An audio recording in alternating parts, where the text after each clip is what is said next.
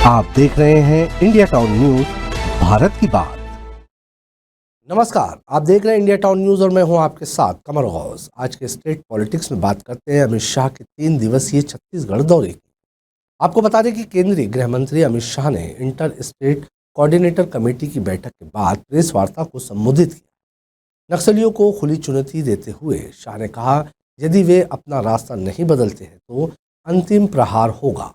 छत्तीसगढ़ समेत देश को 2026 तक नक्सल समस्या से मुक्त कर लेंगे।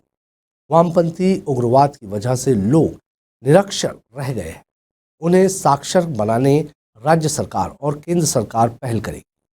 NIA की तर्ज पर SIA बनाएंगे।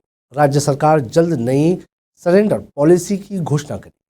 उन्होंने साय सरकार की तारीफ करते हुए कहा, नक्सल मामले में छत्तीसगढ़ में बड़ी कामयाबी मिली है।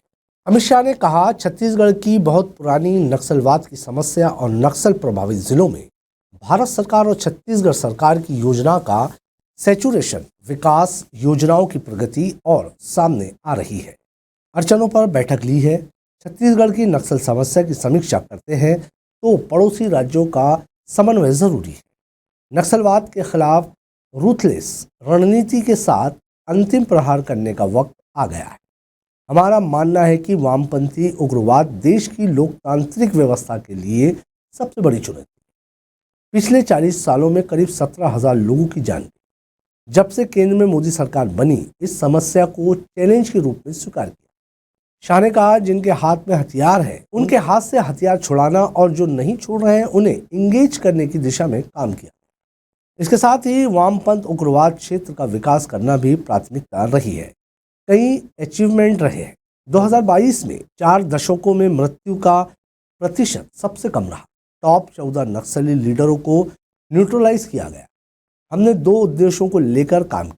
पहला, नक्सल क्षेत्रों में रूल ऑफ लॉ को स्टेब्लिश करना और दूसरा, उन इलाकों को विकसित करना। पहले 10 साल में 6617 6617 सुरक्षा कर्मी और नागरिक मृत्यु हुआ था। अब उसमें 70% कमी होकर 2004 तक ये आंकड़ा सीमित करने में हमें सफलता मिली है। इसी तरह से सुरक्षा बलों की मृत्यु में 73% की कमी और नागरिकों की मृत्यु में 69% की कमी आई है। मुझे विश्वास है कि ये हमारी लड़ाई अंतिम चरण में पहुंची है और हम देश को 2026 मार्च तक पूर्णतया नक्सल समस्या से मुक्त कर पाएंगे। उन्होंने कहा, बिहार, झारखंड, उड़ीसा, मध्य प्रदेश और कुछ हद तक महाराष्ट्र नक्सल समस्या से मुक्त हुआ। 2004 से 2014 तक 16,000 घटनाएं हुई और 2014 के बाद से अब तक करीब 7,000 घटनाएं हुई। करीब 53% की कमी आई। नागरिक सुरक्षा में 79% का आंकड़ा रहा है। 2010 में 96 नक्सल प्रभावित जिले थे, आज ये करीब 42 पर आ गए। थानों की संख्या 171 तक सीमित हुई है। 2019 से अब तक CAPA के 200 से ज्यादा कैंप बनाए गए। वामपंथ उग्रवाद के फाइनेंशियल सिस्टम पर करारा प्रहार किया गया है। इसमें ED की भी बड़ी भूमिका रही। केंद्रीय गृह मंत्री ने कहा, छत्तीसगढ़ के मुख्यमंत्री विष्णुदेव साय और डिप्टी CM विजय शर्मा को धन्यवाद देता हूं कि नक्सल मामले में बड़ी कामयाबी मिली। बड़ी संख्या में नक्सली न्यूट्रलाइज किए गए हैं। नए कैंप खुले। हिडमा के गांव में जाकर डिप्टी CM ग्रामीणों को आधार कार्ड देते हैं तो ये सब देखकर दिल्ली में हमें सुकून मिलता है।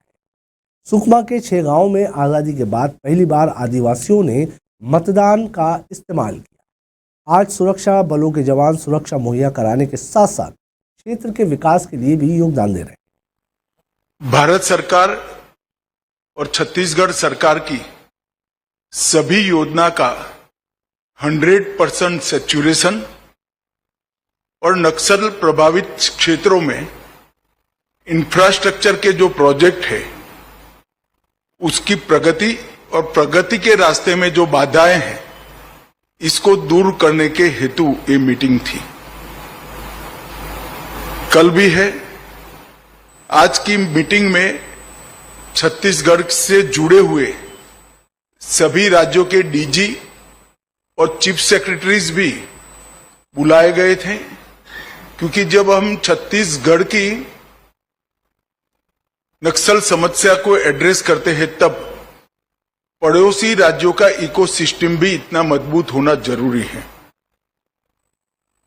और मैं मानता हूं मित्रों कि अब समय आ गया है कि वामपंथी उग्रवाद की समस्या पर एक मजबूत रणनीति के साथ, रूथलेस रणनीति के साथ अंतिम प्रहार किया जाए। बस्तर में 1500 से ज्यादा मोबाइल टावर लगाकर कनेक्टिविटी देने का काम किया गया है।